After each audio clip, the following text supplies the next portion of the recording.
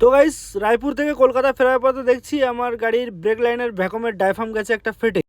তো বন্ধুরা, আলিমের চ্যানেলে তোমাদের সবাইকে স্বাগতম। তো তোমরা দেখছো আলিমের একটা মিনি ব্লগ। তো সকাল সকাল চলে আসলাম আমি মন্দির ঘাটিতে। তো এখানে এসে গাড়িটাকে গ্রিসিং করে নিলাম। তো আগে দেখছো আগে একটা ঘাটি আছে, যেহেতু ঘাটিটা পার করতে হবে। তো এটা সবার কাছে মন্দির ঘাটি নামে পরিচিত। এটার নাম হচ্ছে কোডারমা ঘাটি। তো সকাল সকাল একটা দোকান থেকে নিলাম চা, আর এই দোকান থেকে সব কিছু গাড়ির মালপত্র সরঞ্জাম পেয়ে যাবে। তো গাড়িটা আমার এখানে দাঁড় করে গ্রিসটা করে নিলাম। তো বন্ধুরা, ঘাটির নিচে যখন ছিলাম তখন কিছু বুঝতে পারিনি, তখন কোনো অসুবিধা হয়নি। তো ঘাটিতে ওঠার পরে যখন ওঠার সময় তো কিছু কোনো প্রবলেম হয়নি। তো ঘাটির থেকে যখন আমি নিচের দিকে নামছি, হঠাৎ দেখি তো গাড়িটার পিছন দিক দিয়ে হাওয়া পড়ার মতো আওয়াজ আসছে। তো গাড়িটাকে আমি একটু দাঁড় করালাম।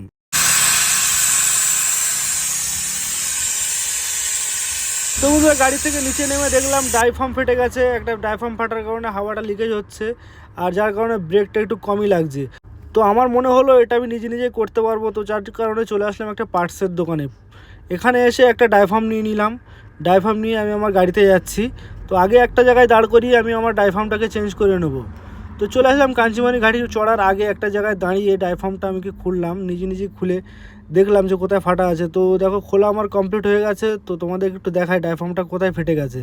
তো বেশ খুলে তো নিলাম, খুলতে কোনো সমস্যা নেই। খোলার পরে দেখছি, দেখো এই ডাইফার্মটা এইখানটায় ফেটে গেছে, যার কারণে এইখান দিয়ে হাওয়াটা লিকেজ হচ্ছে। তো আমি বেশি লেট না করে আমার যে নতুন ডাইফার্মটা আমি কিনে নিয়ে এসেছি, সেই ডাইফার্মটাকে আমি করে নিলাম ফিটিং, যেহেতু আমার গাড়িতে কাঁচামাল আছে। তো বন্ধুরা, আজকের মিনি ব্লগটা কেমন লাগলো অবশ্যই কমেন্টে জানাবে, আর একটা করে লাইক করবে, আর অবশ্যই একটা করে শেয়ার করবে। তো চলো, টাটা, বাবাই।